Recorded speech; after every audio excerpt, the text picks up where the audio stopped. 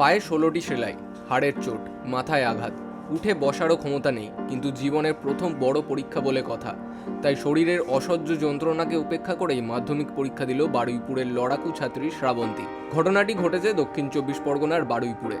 সোমবার পরীক্ষা দিয়ে মায়ের সঙ্গে স্কুটিতে বাড়ি ফেরার পথে ফুলতলা এলাকায় ভয়াবহ দুর্ঘটনার কবলে পড়ে বারুইপুর গার্লস হাই স্কুলের ছাত্রী শ্রাবন্তী। উল্টো দিক থেকে আসা একটি বাইক সজোরে তাদের ধাক্কা মারে।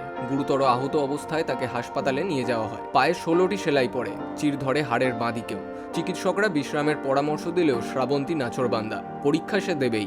মঙ্গলবার বারুইপুর রানা বেলিয়াঘাটা হাই স্কুলে সিট পড়েছিল তার। হাঁটার ক্ষমতা না থাকায় ভ্যানে শুয়েই পরীক্ষা কেন্দ্রে পৌঁছায় সে। পরিবারের আশঙ্কা ছিল মেয়ে আদৌ পরীক্ষা দিতে পারবে কিনা, কিন্তু মেয়ের মনের জোরের কাছে হার মানে শারীরিক প্রতিবন্ধকতা। শ্রাবন্তীর মা জানান, মেয়ে মানসিকভাবে ভেঙে পড়তো যদি পরীক্ষা না দিতে পারত, তাই ওর জেদেই আমরা নিয়ে এসেছি।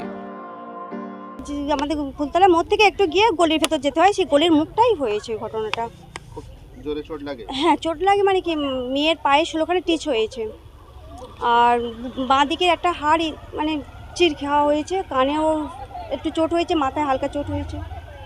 বারুইপুরে ওখান থেকে ট্রিটমেন্ট করে চিত্তরঞ্জন ট্রান্সফার করা হয়েছিল। ওখানে ডাক্তার দেখিয়ে রাত্রে 10টায় বাড়ি নিয়ে এসেছি মেয়েকে। এতটা গুরুতর আহত তাও পরীক্ষা দিতে এলো? হ্যাঁ, মেয়ের যদি না আমি এক্সামে না বসতে পারতাম, ও হয়তো মেন্টালি দিক দিয়ে খুব কষ্ট পেত বা শর্ট হতো, যেটা ওর পক্ষে খুব ক্ষতিকারক। কারণ আমাদের বাচ্চাকে বলেছে যে 48 ঘন্টার মধ্যে ওকে যেন কোনোভাবে কোনো দিক দিয়ে যেন চিন্তার মধ্যে না পারে, বা বমি বা খেঁচুনি ভাব যাতে না আসে। যদি আসে তাহলে হিতে বিপরীত হবে, সাথে সাথে মানে চিত্তরঞ্জনে নিয়ে চলে যাওয়ার কথা হয়েছে। সেই ক্ষেত্রে মানে যদি আমি দেখলাম বাচ্চা চাইছে এক্সাম দিতে, হয়তো শারীরিক দিকে কষ্ট হচ্ছে, কিন্তু মানসিক দিক দিয়ে তার মনে হচ্ছে যে আমি পারবো, সেই ক্ষেত্রে সাপোর্টটুকু তো মা হয়ে যেটুকু করার বারুইপুর গার্লসে। অন্যদিকে স্কুল কর্তৃপক্ষের সহযোগিতার প্রশংসা করেছেন শ্রাবন্তীর বাবা। তিনি জানান, স্কুল কর্তৃপক্ষ মেয়েকে সুষ্ঠুভাবে পরীক্ষা দেওয়ার জন্য সব রকম ব্যবস্থা করে দিয়েছে। হ্যাঁ, খুব সুন্দর ব্যবস্থা করেছে এবং ওনারা খুব হেল্পও করেছে যে যাতে মেয়েটা ভালোভাবে পরীক্ষা দিতে পারে, এই হচ্ছে কথা। শ্রাবন্তীর এই অদম্য লড়াই এখন অনেকের কাছেই অনুপ্রেরণা। Bureau report, big news Bangla.